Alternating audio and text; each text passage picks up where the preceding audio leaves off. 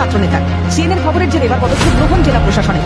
কন্ট্রোলারের নেতৃত্বে সমগ্র ঘটনা খতিয়ে দেখার জন্য কলেজে পাঠানো হয় বিশ্ববিদ্যালয়ের প্রতিনিধি দল। কথা বলেন উৎসবের সঙ্গে, লিখিত আকারে রিপোর্ট নিয়ে যান। এদিকে